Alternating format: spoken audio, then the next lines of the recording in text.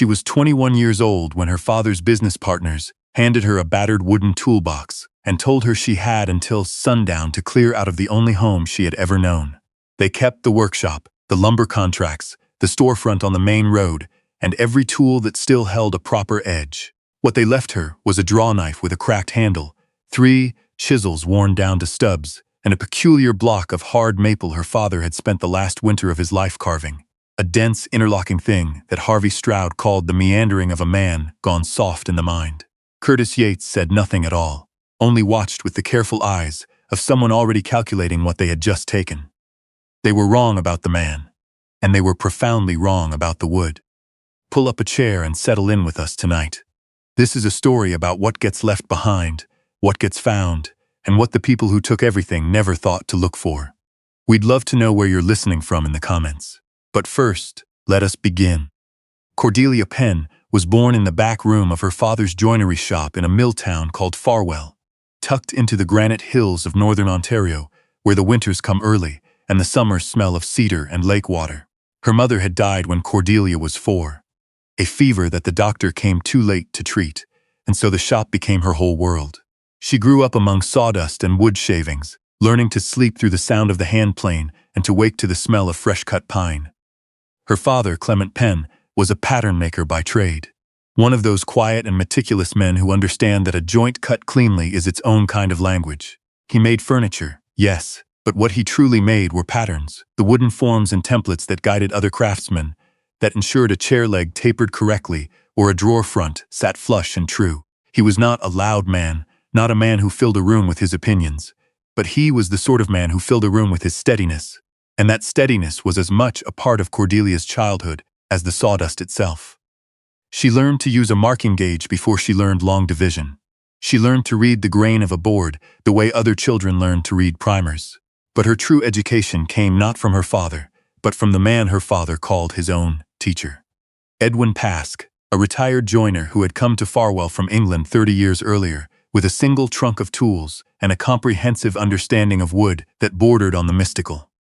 Edwin Pask was in his 70s when Cordelia first remembers sitting beside him at his bench, a spare, bony man with large, capable hands and a voice like gravel shifting in a bucket. He ran no shop of his own by that time. He simply appeared at her father's workshop 2 or 3 afternoons a week, drank strong tea from a dented tin mug, and talked about wood the way some men talk about faith. Cordelia would perch on a stool beside him and listen. He did not teach her to make things right away. First, he taught her to see.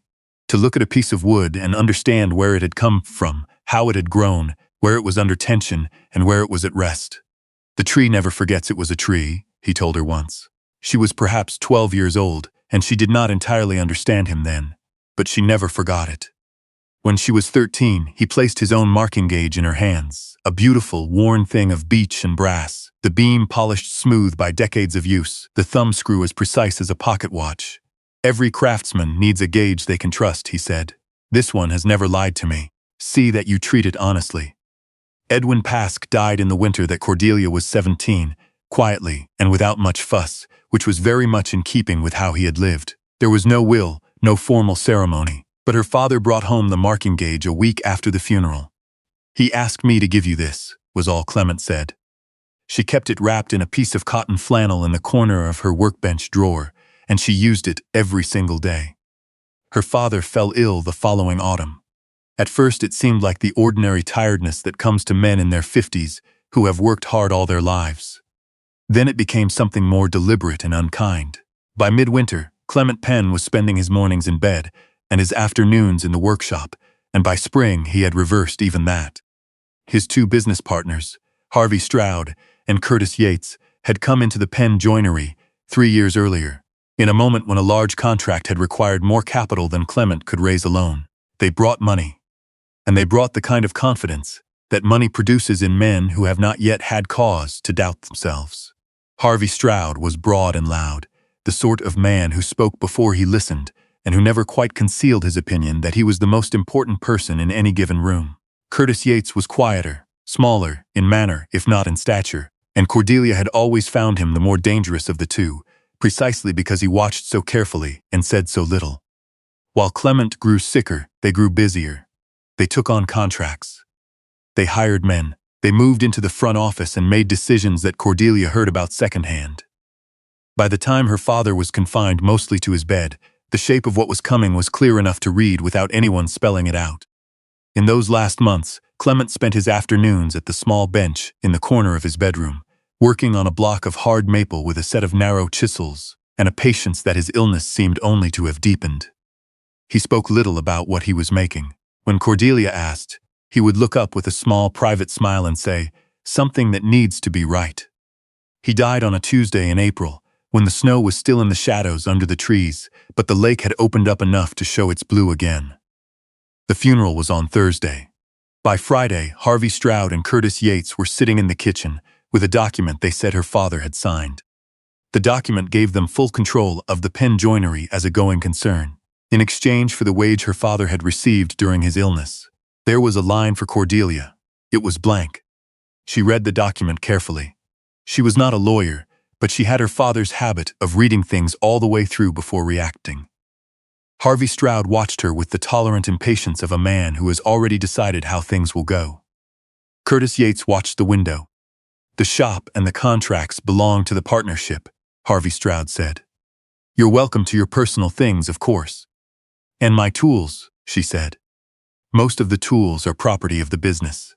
He gestured toward a wooden box sitting near the door, her father's old traveling toolbox, the one he had used for house calls and small jobs. "We've left you what's yours." She looked at the box from across the room. She could see the cracked drawknife, the worn chisels, a few odds and ends, and sitting on top, wrapped loosely in a scrap of burlap, was the maple block her father had spent his last winter making. "That's his," she said, nodding toward it. "It's a bit of scrap carving," Harvey Stroud said. "You can have it." Curtis Yates said nothing. He was still looking at the window. She carried the box out herself. She did not ask them to help, and they did not offer. The morning sky was pale and cold when Cordelia Penn walked away from her father's shop for the last time. She did not look back. The box was heavier than it looked. Wood tools always are, and she carried it with both arms to the rooming house on Elgin Street, where her friend Bet Donahue had already offered her the spare room. She had $14.30 in her coat pocket, the marking gauge wrapped in its cotton flannel tucked inside the toolbox, and the maple block balanced on top of everything like a strange crowning stone. She had no plan. She had only the next hour, and then the hour after that. The room at Bet Donahue's was small and faced north, which meant it was cold in the mornings and dim in the afternoons. Cordelia did not mind. She set the toolbox on the floor beside the narrow bed, unwrapped the marking gauge and placed it on the windowsill, and put the maple block on the small table beside the lamp. Then she sat on the edge of the bed and let herself feel, for exactly one measured period of time, the full weight of what had happened. Then she stood up and started thinking. She found work within the week, mending and alterations at the dry goods shop on King Street, work that was not what she knew but was what was available, and she took it without complaint. In the evenings she came back to the small room and sat with the lamp burning low and the maple block on the table in front of her. It was a remarkable thing, now that she had time to look at it properly. She had assumed it was decorative, her father's hands keeping themselves busy through the long hours of his illness. But the more she studied it, the less that explanation satisfied her. The interlocking segments were too precise to be idle work. The tolerances were tight enough that she had to use her thumbnail to feel where one section met another. The wood had been finished with linseed oil, carefully and evenly, as though it were a final piece rather than a rough model. She began to understand that it was a model, a three-dimensional demonstration of a joint she had never seen before. The way the segments locked together was unlike anything in her father's standard repertoire. It distributed load across 3 planes simultaneously, which meant a piece of furniture built with this joint could bear stress from directions that would destroy a conventional mortise and tenon. It was, she slowly realized, something her father and Edwin Pask had been working out together for years. She remembered fragments of conversation she hadn't understood at the time, references to the locking problem. Edwin Pask drawing quick sketches on the back of brown paper and then folding them into his coat pocket. She turned the block over in her hands each evening, learning its geometry the way Edwin Pask had taught her to learn wood grain, slowly, with her fingertips as much as her eyes. It was on a Thursday night in May, 6 weeks after she had left her father's house, that she noticed something she hadn't seen before.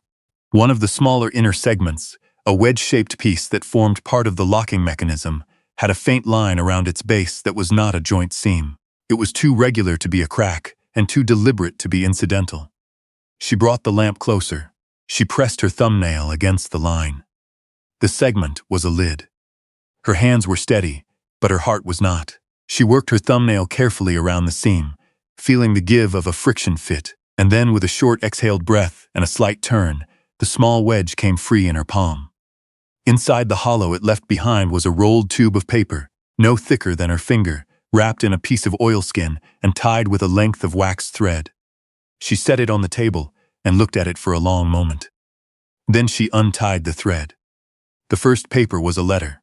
2 pages, both sides, in her father's close and careful handwriting. She recognized it the way you recognize a voice, not by thinking about it, but simply by knowing.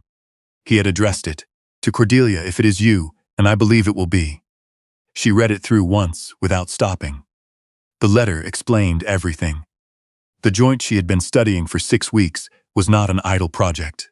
It was the culmination of 11 years of work, her father's and Edwin Pask's both, the old man's theory and Clement's execution, refined over countless afternoons and redrawn on more scraps of brown paper than either of them had bothered to count. They had called it simply the Pask lock between themselves, because Edwin Pask was the one who had first understood what it could do and why it mattered. In the winter before he became too ill to travel, Clement Penn had taken the train to Ottawa. He had brought detailed drawings, specifications, and a smaller working prototype, one he had already destroyed afterward, so that Harvey, Stroud, and Curtis Yates would never encounter it. He had filed a design patent with the Canadian Patent Office, not under his own name, and not under the name of the joinery. He had filed it under the name of Cordelia Penn. The second paper was the certificate. It was folded twice and stamped with the seal of the Patent Office, the ink slightly smudged at one corner, as though it had been handled with damp fingers in the moments after it arrived. Cordelia's name was on it in plain black type. The date was November of the previous year, 3 months before her father died. She set the certificate down on the table and pressed both palms flat against the wood and breathed. The letter continued. She had not yet read the final paragraph. "I do not know," her father had written, "what those men have done or will do by the time you find this. I expect they have done what men like that always do. I want you to understand that I am not sorry for leaving you with so little that was obvious. What I am leaving you is something they cannot take, because they do not know it exists, and more than that, because it was never theirs." Edwin used to say that the best joints are the ones you cannot see, the ones where the wood simply holds, and you don't know why until you take the thing apart. He was talking about furniture, but Edwin was always talking about more than furniture. Use what I have left you carefully. Use the law and not your anger. Build something that lasts. Below your name on the certificate you will find the name of a patent agent in Ottawa, a man named Clifford Marchetti, who handles these matters and who knows this file. He is expecting to hear from you, or from whoever carries this letter. I told him it would be my daughter. You have your eye and your patience, Cordelia. Both of those came from Edwin. Both of those are worth more than a workshop full of other men's lumber. She did not weep right away. She sat very still for a long time, the lamp burning, the certificate and the letter arranged on the table before her. Then she put her forehead down against the wood and let herself cry. Not loudly, not for long, just the way you cry when something opens in you that has been held shut for too many weeks. When she was done, she folded both papers with care, returned them to the oilskin, and replaced the wedge-shaped lid. She wrapped the block in its burlap sauce-scrap and set it back on the table. In the morning, she would write to Clifford Marchetti in Ottawa. The letter she composed was careful, which was the only way Cordelia Penn knew how to write a letter. She explained who she was and what she held, and she asked what steps were necessary. She posted it on a Friday and received a reply by the following Wednesday. Patent agents, she was learning, had good reason to respond promptly. Mr. Clifford Marchetti's reply was businesslike and warm in roughly equal measure. He confirmed that the file was in perfect order. He confirmed that the patent was valid and fully registered. And then he noted, with the restraint of a man who dealt in facts rather than drama, that he had recently come across a trade catalog circulating from a millwork supplier in northern Ontario, featuring a line of furniture produced under the name of the Penn Joinery and Company, with a joint of unusual design. He enclosed a sketch. The sketch was unmistakable. Harvey Stroud and Curtis Yates had been manufacturing furniture, using the Pask lock for at least 3 months. They had looked at the maple block and seen scrap. They had not understood what her father had made. And so, while they were busy congratulating each other on what they had taken, they had helped themselves to the very thing that would undo them. Cordelia went to Ottawa in June. She took the train on a Tuesday morning with the certificate, the letter, and the maple block wrapped in its burlap. She tucked the marking gauge into her traveling bag for no practical reason she could have named, only that it seemed right to have it with her. She met Clifford Marchetti in a small office above a stationer's on Spark Street. He was a compact, precise man of about 50, with round spectacles, and the manner of someone who had spent his career watching people underestimate documents. He examined her papers for a long time without speaking, cross-referencing against his own file copies, running his finger along the edges of the certificate as though verifying its physical integrity. "This is all in good order, Miss Penn," he said at last, setting the papers down with the same deliberate care she might have used, setting down a finished piece of joinery. "The patent is valid and unambiguous. The infringement, from what I can determine, is clear." "What do I do now?" she asked. "You let me write some letters," he said. The first letter went to Harvey Stroud and Curtis Yates and the Penn Joinery and Company. It was a formal notice of infringement and a demand to cease all production using the patented design immediately. Mr. Marchetti described their likely reaction in advance. They would be angry. They would engage their own legal counsel, and that counsel would confirm they had no ground to stand on. He was correct on all 3 counts. A solicitor's letter arrived from Sudbury, making several arguments that Mr. Marchetti dismantled methodically in his response, without raising his voice in any metaphorical sense. He cited dates. He cited the patent file number. He noted the date of the catalog and compared it against the date of the original filing. There was no ambiguity in any of it. There was no second letter from Sudbury. What came instead, in late August, was an offer to settle. Harvey Stroud and Curtis Yates would pay a licensing fee for past use and cease manufacturing the design immediately. In exchange, Cordelia Penn would not pursue further damages. Mr. Marchetti laid the offer on the desk between them and said nothing, which she understood to mean she could take as long as she needed. She thought about her father's letter. Use the law and not your anger. Build something that lasts. She accepted the settlement. She did not return to Farwell. There was nothing in Farwell that she needed to reclaim. The workshop had been her father's home, and what was truly hers from it had already been given to her. Hidden in a block of maple, carried out in a battered toolbox that 2 men had handed across a kitchen table without a second thought. She stayed in the town where she had made her way in those first uncertain months. A place called Dunning, smaller than Farwell, set back from the highway at the end of a gravel road where the maples grew thickly on either side, and the winters arrived like something that meant them. She had liked the town from her first week there. She liked the way people in Dunning seemed to have time for each other. With the settlement money, and with the quarterly licensing income that began arriving from the patent, she rented a small building on the edge of town that had once been a blacksmith's shop. Good floor space, honest light from the north-facing windows, a cast-iron stove that heated the room efficiently in all but the coldest months. She put her own bench along the north wall. She bought new tools, proper ones, and hung them in order above the workbench. Edwin Pask's marking gauge went on a small shelf above the bench, where she could see it from anywhere in the room. The maple block, the Pask lock, her father's last and most careful piece of work, she placed on the corner of the bench itself. She would sometimes pick it up and turn it in her hands when she was thinking through a problem. The way you reach for a familiar thing when the mind needs something for the hands to do while it works. People in Dunning began to find their way to her. A woman who needed kitchen cabinetry built to specific dimensions. A farmer who wanted window frames cut and fitted before the cold came in. A school board that needed new classroom desks and had a limited budget and no patience for poor workmanship. She took each job as it came and did it as well as she knew how, which was very well indeed. She heard from Bet Donahue in a letter that autumn that the Penn Joinery and Company had lost 2 large contracts over the summer, that Harvey Stroud had grown considerably quieter. Cordelia read the letter once, folded it, and set it aside. She found she had no particular feeling about it, not triumph, not pity, something quieter than either. something closer to the feeling you get when a joint comes together exactly as it should, and you run your thumb across the seam and cannot find where one piece ends and the other begins. They had looked at what her father left her, and seen a cracked draw knife and a piece of scrap wood. They had seen a girl they could hand a box to and dismiss before sundown. They had been so certain of what they were taking that they never once looked carefully at what they were giving away. Her father had known precisely what he was doing. A year after she had walked away from Farwell, with nothing but a toolbox and a block of maple, Cordelia Penn sat at her own bench in her own shop on a September afternoon, while the trees outside turned slowly, and the smell of wood smoke drifted in under the door from someone's chimney 2 streets over. She had a commission to finish, a blanket chest in cherry wood, simple and well-proportioned, the kind of piece that would outlast everyone who would ever use it. The bench was clean, the tools were in their places.